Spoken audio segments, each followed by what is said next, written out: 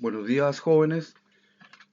Vamos a dar inicio a nuestra sesión de hoy, que tiene como título, ustedes lo pueden ver ahí, dice el periodo de ensayos constitucionales. Eh, es importante que ustedes sepan, ¿no es cierto?, que una vez que O'Higgins renuncia al poder en enero de 1823, se produce en nuestro país una etapa o un periodo que algunos historiadores le han llamado periodo de ensayos constitucionales y otros le han llamado el periodo de la anarquía, periodo que se desarrolla entre los años de 1823 y 1830. ¿Y por qué se produce este periodo? ¿Por qué se produce esta etapa de anarquía? Sencillamente porque Chile era un país que estaba comenzando a vivir, estaba comenzando a desarrollarse como país independiente. Por lo tanto, tenía que explorar de una u otra manera qué tipo de gobierno debía de darse. El gobierno de O'Higgins había fracasado por su carácter autoritario, pero también los políticos en este tiempo, después de la renuncia de O'Higgins, tampoco tuvieron claro qué tipo de gobierno querían que se desarrollara en nuestro país. Existieron múltiples ideas, múltiples proyectos de gobiernos, pero todos estos grupos fracasaron porque las ideas que promulgaba cada uno de ellos eran muy disímiles, eran muy distintas. Por lo tanto, no pudo existir un acuerdo entre todas las facciones en disputa. Entre los principales grupos políticos que aparecieron después de la renuncia de O'Higgins, tenemos, por un lado, los grupos liberales integrados por pipiolos y federalistas.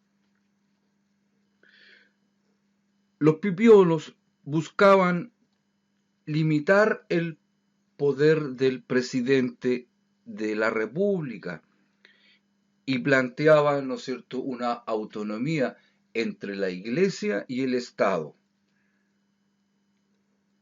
Los federalistas eran en su gran mayoría intelectuales que proponían la autonomía de las provincias, siguiendo el ejemplo de Estados Unidos. Estos eran los grupos liberales. Estos eran los grupos que querían, entre comillas, una república democrática para Chile. Y al frente estaban los grupos conservadores, integrados por pelucones, estanqueros y o'higginistas. Los pelucones buscaban mantener el orden social existente. Creían en una gran autoridad del presidente y defendían la unión entre la Iglesia y el Estado. Los estanqueros eran grandes comerciantes que defendían la idea de un Estado fuerte que les permitiera desarrollar sus negocios en el ámbito del capitalismo. Y teníamos también a los o'higginistas. Estos eran en su gran mayoría militares que deseaban el regreso de O'Higgins a nuestro país, ya que después de su renuncia, O'Higgins se exilió en el Perú. Ellos creían de que la única persona capaz de salvar, entre comillas, la situación de Chile era Bernardo O'Higgins. Como les dije anteriormente, ambos grupos, liberales y conservadores, no pudieron colocarse de acuerdo, lo que llevó lamentablemente a que en el año 1829 y después del fracaso de 3 constituciones políticas, ambos grupos se enfrentaron lamentablemente en una guerra civil. Guerra que se decidió a favor del grupo conservador en la batalla del Ircay.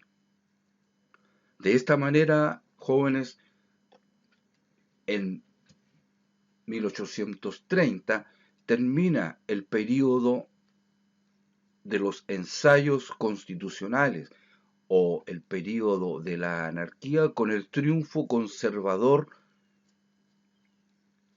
en la batalla del Ircay. Es decir, al triunfar los conservadores, con ellos también triunfaron las ideas de los pelucones, donde el presidente debía de tener una gran autoridad, donde debía existir una unión entre la Iglesia y el Estado, y donde los grandes comerciantes pudiesen defender sus intereses capitalistas. A continuación, niños van a desarrollar en su cuaderno esta guía donde aparecen 6 preguntas relacionadas con los contenidos estudiados el día de hoy. Ahí aparecen las 6 preguntas para que ustedes las desarrollen tanto del libro como de lo expuesto en la sesión de hoy día. Eso es todo, niños, que estén bien y cuídense. Chao.